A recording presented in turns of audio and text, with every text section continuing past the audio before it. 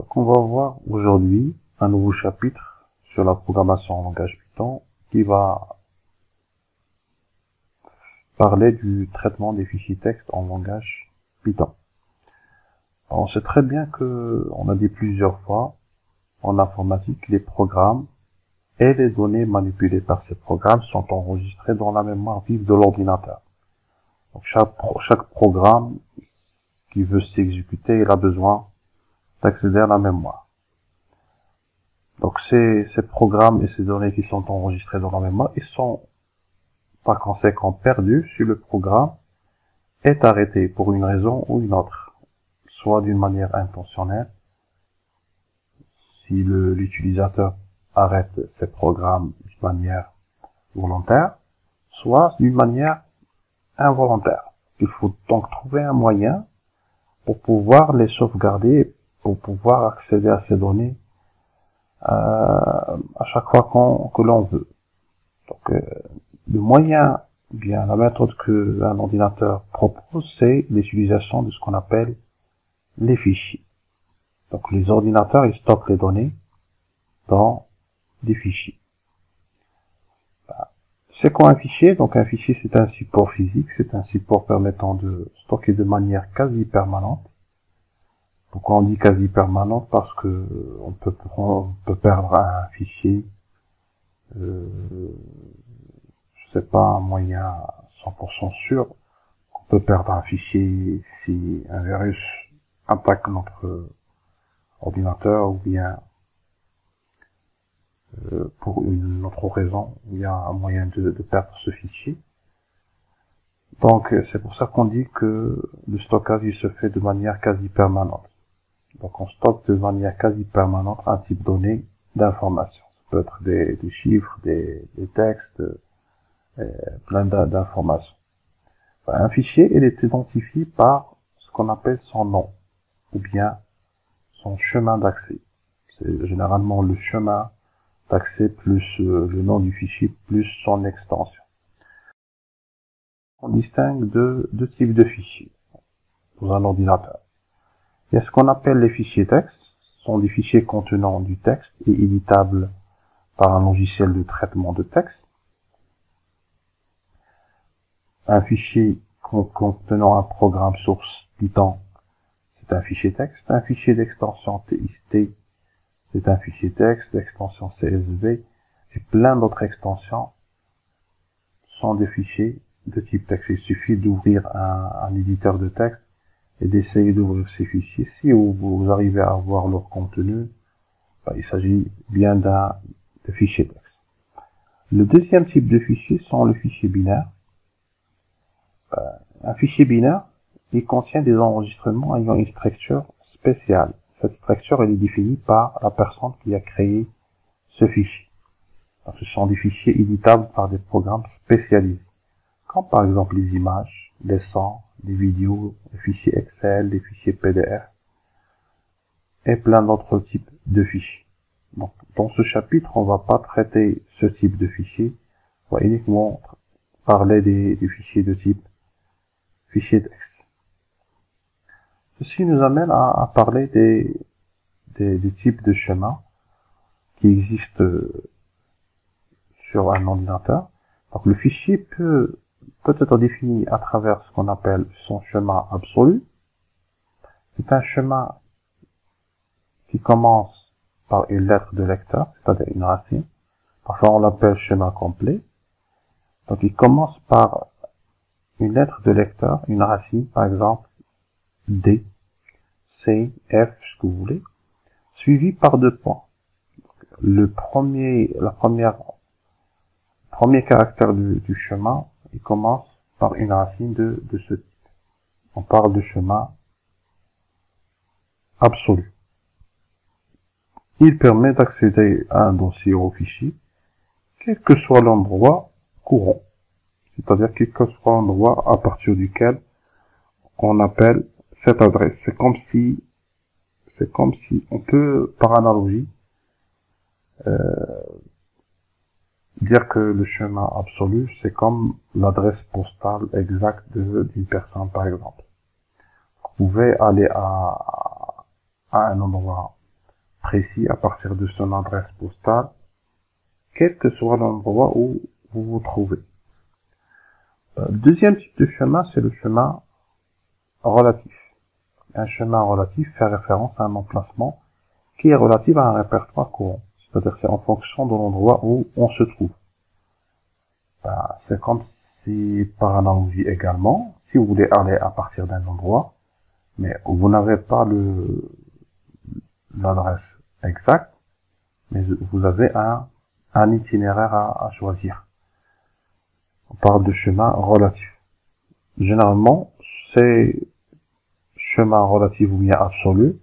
Le chemin d'un fichier, il est toujours donné à travers l'énoncé du problème que vous allez traiter. Ceci nous amène à poser une question très très importante. Si on le fait souvent, pour ouvrir un fichier, on fait double-clic dessus, par exemple sur Windows, on fait double-clic pour pouvoir ouvrir le fichier. Que se passe-t-il d'une manière exacte quand on fait un double-clic sur un fichier pour l'objectif de l'ouvrir? La réponse est simple. On va prendre par exemple la réponse sur le système d'exploitation Windows. Lorsqu'on fait double-clic sur un fichier, son chemin absolu, il est envoyé au processeur de l'ordinateur qui extrait le nom du fichier et son extension. À travers l'extension, il cherche dans un programme appelé base de registre. Il cherche quel est le programme par défaut qui permet d'ouvrir ce type de fichier. Par exemple, si le fichier est un fichier, par exemple un fichier image, il va chercher quel est l'éditeur d'image qui permet d'ouvrir ce fichier. S'il s'agit d'un fichier PDF, il va chercher quel est le lecteur PDF qui permet d'ouvrir ce type de fichier. Une fois il trouve ce programme, il le charge en mémoire. Il charge le programme en mémoire et il lui passe le chemin du fichier. Et à partir de cet instant, c'est le programme qui va s'en occuper. Il va ouvrir le fichier et à ce moment, on voit le programme qui est en train de s'exécuter. Et une fois il est exécuté, et le fichier est affiché à l'écran. Ce qu'on doit retenir à partir de ça, c'est que les opérations sur les fichiers peuvent être classées en 3 catégories. La première opération, c'est l'ouverture, ouvrir le fichier. Deuxième opération, c'est le traitement qu'on cherche à faire avec le fichier, soit la lecture, soit l'écriture. Et la troisième opération, c'est la fermeture. En d'autres termes, si vous voulez écrire un programme qui va traiter un fichier texte ou bien un fichier quelconque, vous devez suivre les 3 étapes. Ouvrir le fichier, faire le traitement que vous voulez faire et fermer le fichier. On va commencer par l'ouverture en langage Python. L'ouverture d'un fichier, c'est la première opération effectuée pour le traitement d'un fichier. Pour ouvrir un fichier, on utilise la syntaxe suivante. Une variable, f, g, h, ce que vous voulez, c'est une variable, égale, donc on utilise la fonction open, qui accepte 2 paramètres essentiels. Premièrement, le nom du fichier, c'est son chemin d'accès. C'est son chemin absolu ou bien relatif. Il est toujours donné. Le mot d'ouverture, c'est-à-dire, on cherche à ouvrir le fichier pour faire quoi? Donc c'est R pour la lecture uniquement. Et dans ce cas, le fichier doit exister, sinon une erreur sera signalée. W, si vous voulez écrire uniquement dans le fichier. Si le fichier existe, vous avez 2 scénarios. Si le fichier existe, son contenu est écrasé. Sinon, il est créé. Donc on peut créer un fichier en ouvrant ce fichier en mode W. troisième mode, c'est le mode A, c'est-à-dire ajout ou bien append en anglais. C'est ajout en fin de fichier. On ne peut pas ajouter au milieu, au début d'un fichier par exemple. On ajoute en fin de fichier. Et bien sûr, à travers des traitements, on peut arriver à ajouter des données au début ou bien au milieu d'un fichier. Donc c'est f égale open, on précise le nom du fichier et le mode d'ouverture. Le nom du fichier et le mode d'ouverture sont des chaînes de caractères. Bien sûr, si on veut, on peut doter chaque mode de l'opération qui lui manque, c'est-à-dire que ici, on fait uniquement la lecture, on peut ajouter l'écriture en ajoutant un plus à côté de R. Ici, on fait uniquement l'écriture, on peut ajouter la lecture en ajoutant un plus. Ici, on fait l'ajout, c'est-à-dire l'écriture, on peut ajouter la lecture avec un plus. On peut soit utiliser ces trois modes, soit ces trois-là. Par exemple, si on veut ouvrir le fichier fiche1 puis 01.txt en mode écriture, il faut écrire une instruction du genre f1. On rappelle que c'est une variable que vous créez qui va vous permettre de traiter le fichier fiche1.txt en l'appelant par ce nom au lieu de devoir utiliser le schéma à chaque fois. Donc open, le nom du fichier, remarquez l'utilisation du double quote, donc c'est une chaîne de caractères, et le mode c'est également encadré entre double quote, c'est un mode W parce qu'on cherche à faire un traitement ou bien une opération d'écriture.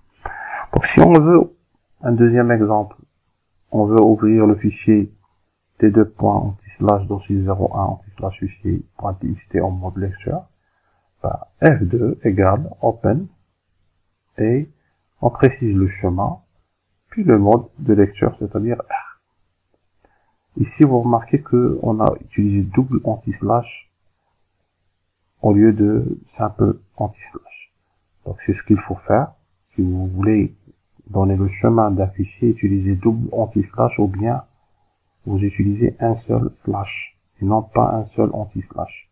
Parce que vous risquez de tomber dans ce qu'on appelle les caractères d'échappement et puisque vous donnez le chemin sous forme d'une chaîne de caractères, si le caractère qui suit le anti-slash est un N, un T, un B, un R, etc., donc vous allez avoir un caractère d'échappement qui va faire un problème pour la lecture du chemin. L'interprète de Python, il va croire que, par exemple, si le nom du fichier, par exemple, commence par N, ça sera anti-slash N, c'est un retour à la ligne. Donc l'interprétation du chemin ne sera pas correcte. Et par conséquent, on va pas pouvoir ouvrir ce fichier. Donc, il faut retenir ça, utiliser double anti-slash ou bien un slash, si vous voulez, mais pas un anti-slash comme ça. Voilà, on a ouvert le fichier, ça c'est l'opération 1. Deuxième opération, c'est soit la lecture, soit l'écriture. On va commencer par la lecture. Dans un fichier texte, les données sont organisées sous forme de lignes, qui n'ont pas nécessairement bien sûr la même longueur, et qui se terminent par un retour à la ligne suivante, c'est-à-dire par un anti-slash N. On peut séparer les informations par un séparateur qui ne doit pas figurer dans les informations enregistrées. C'est-à-dire si on veut créer un fichier qui contient des informations, par exemple, les informations des étudiants, le code national, le nom, le prénom, l'adresse, etc., on peut séparer ces informations avec un séparateur qu'on va fixer qui ne figure pas dans les informations qu'on vient de citer. Par exemple, un espace, un tiret, un slash, etc. Donc, on peut lire à partir d'un fichier, ligne par ligne, en exploitant le fait que un fichier est un itérateur de ligne. Lorsqu'on entend itérateur, ça nous vient à l'esprit automatiquement une boucle for. Donc en langage Python, un fichier texte est un itérateur de ligne. On peut donc lire un fichier ligne par ligne à partir de la ligne en cours avec la syntaxe suivante. For, une variable ligne, in le fichier qu'on a ouvert, in f2 par exemple, si on veut, et le traitement qu'on va faire avec cette variable ligne. Donc ça, c'est une variable qui va prendre ligne par ligne les lignes du fichier qu'on a ouvert, fichier, et à chaque fois, on va faire un traitement avec cette variable. Par exemple, supposons que on est en présence d'un fichier, fiche exemple.txt, qui contient les informations suivantes, chaque mot, chaque phrase sur une ligne. Donc, Python est un langage de programmation. Donc, c'est le fichier D, il est enregistré dans la racine D. Ça, c'est son chemin absolu. Donc, on commence par ouvrir le fichier, des deux points en marqué, on utilise le anti-slash, fiche exemple.txt, on cherche à faire de la lecture, donc on va l'ouvrir en mode lecture. Par la suite, on incrémente un compte, on affecte à un compteur la valeur 1, et pour chaque L de f, une fois on écrit ça, pour chaque L de f, et f c'est le fichier qu'on a ouvert, pour chaque L de f, donc elle va prendre le mot Python, puis le mot état, puis langage 2, puis programmation. Ce qu'on fait ici, print, ligne numéro, et on affiche la valeur de i, c'est-à-dire 1, et la valeur de l, c'est-à-dire Python. On incrémente i, on revient, l, il prend la ligne suivante, c'est-à-dire état. On va afficher ligne numéro, cette fois c'est la valeur de i, c'est 2, et l c'est état, et ainsi de suite. Donc on obtient l'exécution suivante. Voilà, on obtient l'écran d'exécution suivant. Ça, si on considère le fichier comme un itérateur de ligne. On peut utiliser la fonction readline si on veut lire la ligne courante. Donc, la méthode readline permet de récupérer la ligne en cours et positionner le pointeur sur la ligne suivante pour une prochaine lecture. Sa syntaxe générale, c'est une variable de votre choix égale à la variable qu'on a utilisée pour ouvrir le fichier, point la méthode readline. On va récupérer la ligne en cours, c'est-à-dire la ligne sur laquelle le pointeur il est en train de pointer. À chaque fois qu'on utilise readline pour lire une ligne, on va récupérer une ligne et on va pointer sur la ligne suivante. Comme ça, si on utilise readline une deuxième fois, on va lire la ligne suivante. Exemple, pour le fichier, le fichier précédent, c'est-à-dire le fichier dans le chemin c'est d2.slash fiche exemple.txt, l'exécution de L égale f.readline. S'il s'agit de la première exécution, il va donner la ligne L égale Python. Bien sûr, on a dit que une ligne se termine par un retour à la ligne, donc on va récupérer également le caractère d'échappement qui symbolise le retour à la ligne. Ça, c'est la méthode readline. Si on veut récupérer toutes les lignes du fichier dans une liste de chaînes de caractères, on peut utiliser la méthode readlines. Donc, cette méthode il permet de récupérer toute une partie du contenu d'un fichier sous forme d'une liste de lignes. La syntaxe, c'est proche de la syntaxe précédente. Donc, T, bien une liste, une variable quelconque, égale à F, la variable qui a servi pour ouvrir le fichier, point, readlines. Si on l'utilise pour le fichier de l'exemple, on aura la liste L, égale à Python, /n, état, /n, langage 2, /n, et programmation. Chaque ligne est terminée par un retour à la ligne, sauf le dernier, bien sûr. S'il n'y a pas un retour à la ligne dans la dernière ligne, on n'aura pas dans /n. On peut également, avec cette méthode, utiliser ou bien préciser le nombre maximum de lignes à lire ou bien à charger, grâce à ce paramètre-là. La valeur max va nous permettre de préciser le nombre maximum de lignes à charger. La dernière méthode qui permet de lire à partir d'un fichier, c'est la méthode read. Avec la méthode read, on peut récupérer tout le contenu du fichier sous forme d'une seule chaîne de caractères.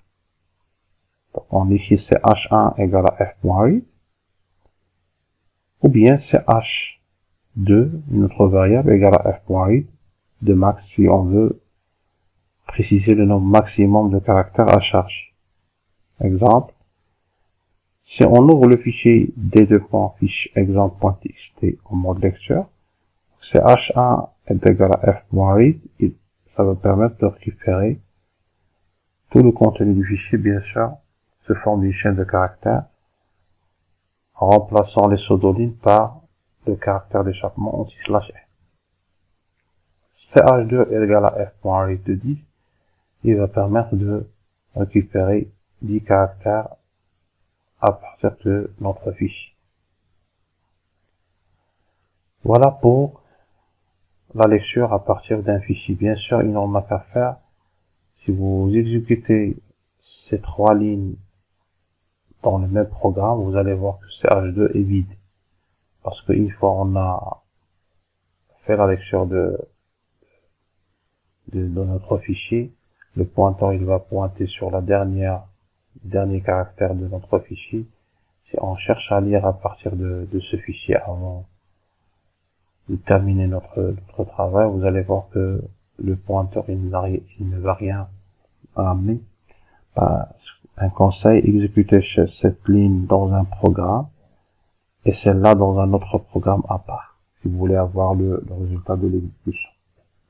Pour l'écriture, on peut écrire dans un fichier ouvert en mode écriture avec la méthode write. On peut écrire une chaîne de caractères qu'on va saisir entre paramètres. Donc, on ouvre le fichier exemple, un fichier en mode W. On rappelle que si on ouvre un fichier en mode W, son contenu sera écrasé si le fichier existe. Sinon, si le fichier n'existe pas, il sera créé. Et généralement, c'est le type de méthode qu'on utilise si on veut créer un fichier. Si on est sûr que le fichier n'existe pas, ou bien si on est sûr que fiche exemple 2, c'est un fichier dont on n'a pas besoin, on peut l'ouvrir en mode W pour le créer ou bien l'écraser. Et par la suite, on écrit un texte. Ceci est un test. Si vous voulez écrire plusieurs lignes, il suffit de terminer chaque ligne par anti/f. Voilà. Donc, la méthode write permet d'écrire une chaîne de caractères dans un fichier F ouvert en mode W. On peut écrire une liste de lignes, une liste de chaînes de caractères. Ça, il faut noter, il faut pas l'oublier. La liste qu'on va écrire, il représente une liste de chaînes de caractères dans un fichier texte. Donc on peut écrire plusieurs lignes dans un fichier à travers une liste. Par exemple, si on ouvre le fichier exemple2.txt en mode W, on définit une liste L qui contient la chaîne de caractères ceci, terminée par anti/n, et un test. Si on exécute f.writeLine, en lui précisant comme paramètre la valeur L, vous allez avoir un fichier qui contient comme première ligne ceci, la deuxième ligne et la troisième ligne un test. C'est le travail de la méthode writeLine. La dernière opération, c'est une opération importante qu'il ne faut pas oublier, c'est la fermeture de notre fichier. Une fois que vous avez terminé le travail avec le fichier, il faut le fermer. Comme ça, vous allez libérer les ressources, c'est-à-dire libérer la mémoire. En plus, vous allez garder l'intégrité de votre fichier, c'est-à-dire pour des prochains traitements, vous n'aurez pas de problème avec votre fichier, vous allez pouvoir l'ouvrir sans problème. Donc, pour fermer le fichier, c'est très simple. On utilise la méthode close associée à la variable qui a permis d'ouvrir le fichier de départ. Voilà pour le traitement des fichiers texte en langage Python. J'espère que c'était clair. Si vous avez des questions, n'hésitez pas à commenter cette vidéo. ou bien à envoyer des messages, n'oubliez pas le fichier. Donc vous allez trouver ce fichier, le fichier des cours intégré à la description de cette vidéo, en plus d'une fiche d'exercice à faire. Et merci.